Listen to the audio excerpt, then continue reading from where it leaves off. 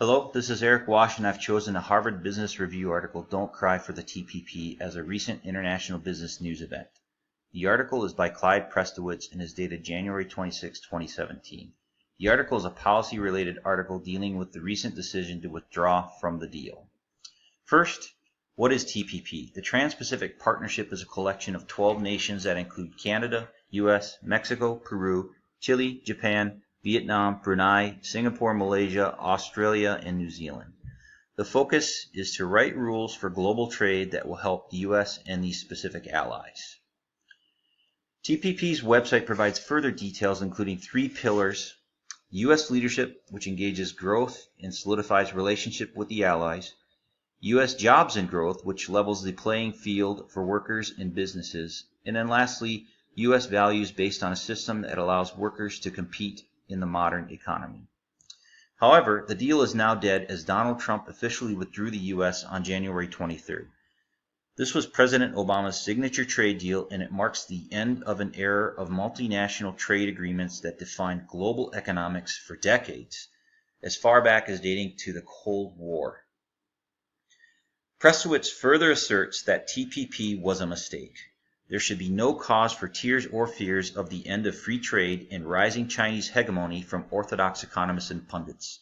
The key factor here is that the TPP Asian country populations only constituted 250 million and excluded the vast majority of Asia. Obama made 2 claims when attempting to sell this deal. The TPP would prevent China from writing rules for trade for the future and impede China's rise. Prestowitz cites that these are false and foolish. China has been negotiating another agreement, Regional Comprehensive Economic Project, which includes all TPP nations plus others. Prestowitz goes on to describe that America needs to move away from so-called free trade agreements and instead move towards more balanced trade and more effective responses to mercantilist policies. There are 4 key elements that need to be addressed, including currency, taxes, investment incentives, and informal government intimidation. The present international monetary system of floating exchange rates makes the U.S. dollar vulnerable to manipulation. Foreign governments intervene to buy and sell U.S. dollars to weaken and strengthen their own currency, as opposed to allowing market forces to dictate, which stimulates their exports and thwarts movement of capital outside of the country. 3 steps can be taken to address the currency issue. First, lead an effort with the International Monetary Fund to adopt rules to achieve a balanced overall trade for all parties in the system. This was one of the original intents of the 1944 Bretton Woods Conference that led to the establishment of the IMF.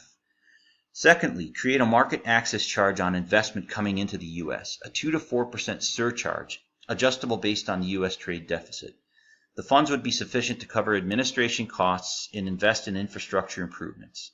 Lastly, adopt a policy with the U.S. Treasury to buy and sell currencies to offset any manipulation.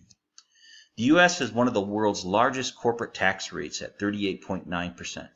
According to the Tax Foundation, the distribution of global corporate tax rates in 2016 shows majority to be within 15 to 30%.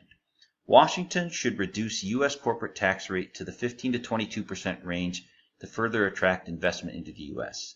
The U.S. does not have a value-added tax. According to the Tax Foundation, the global value-added tax average in 2015 was 16%, with Europe regional average the highest at 20%, Asia the lowest at 12.5%.